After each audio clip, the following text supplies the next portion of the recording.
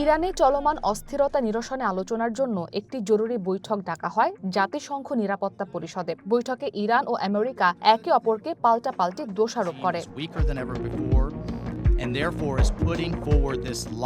নিরাপত্তা পরিষদের বৈঠকে উপস্থিত হয়ে আমেরিকার রাষ্ট্রদূত মাইক ওয়ালজ বলেন, ইরানে চলমান পরিস্থিতি মোকাবিলায় এখনও সব ধরনের বিকল্প খোলা রয়েছে। প্রেসিডেন্ট ট্রাম্প হত্যাযজ্ঞ বন্ধ করতে সব বিকল্প প্রস্তুত আছে বলে স্পষ্ট করেছেন। আমেরিকা ইরানের সাহসী জনগণের পাশে রয়েছে।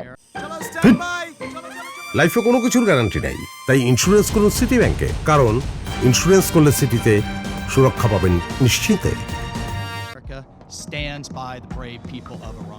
বিদেশি ষড়যন্ত্রে ইরানে বিক্ষোভ চলছে দেশটির দাবিকে নাকচ করে দেন মাইক ওয়ালজ। বলেন, ইরানের বর্তমান শাসন ব্যবস্থা আগের যে কোনো শাসন ব্যবস্থার চেয়ে দুর্বল, তাই তারা মিথ্যাচার করছে। তারা তাদের নিজেদের জনগণকে ভয় পেয়েছে বলেও বক্তব্যে উল্লেখ করেন আমেরিকার রাষ্ট্রদূত মাইক ওয়ালজ।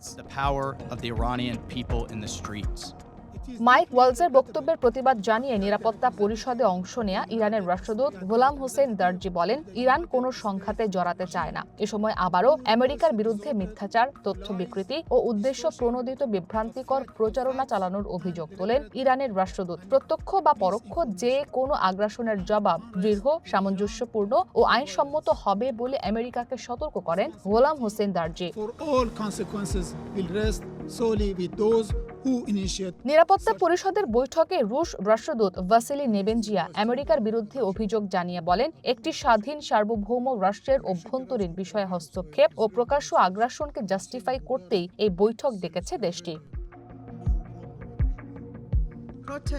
বৈঠকে জাতিসংঘ মহাসচিব অ্যান্টনিও গুটেরেসের পক্ষে বক্তব্য পড়ে শোনান সংস্থাটির জ্যেষ্ঠ কর্মকর্তা মার্থা পোবে। তিনি বলেন, এই সংবেদনশীল সময়ে সর্বোচ্চ সংযম দেখানো জরুরি। প্রাণহানি বা বৃহত্তর আঞ্চলিক উত্তেজনা সৃষ্টি করতে পারে এমন যে কোনো পদক্ষেপ নেওয়া থেকে সবাইকে বিরত থাকতে হবে বলে আহ্বান জানান।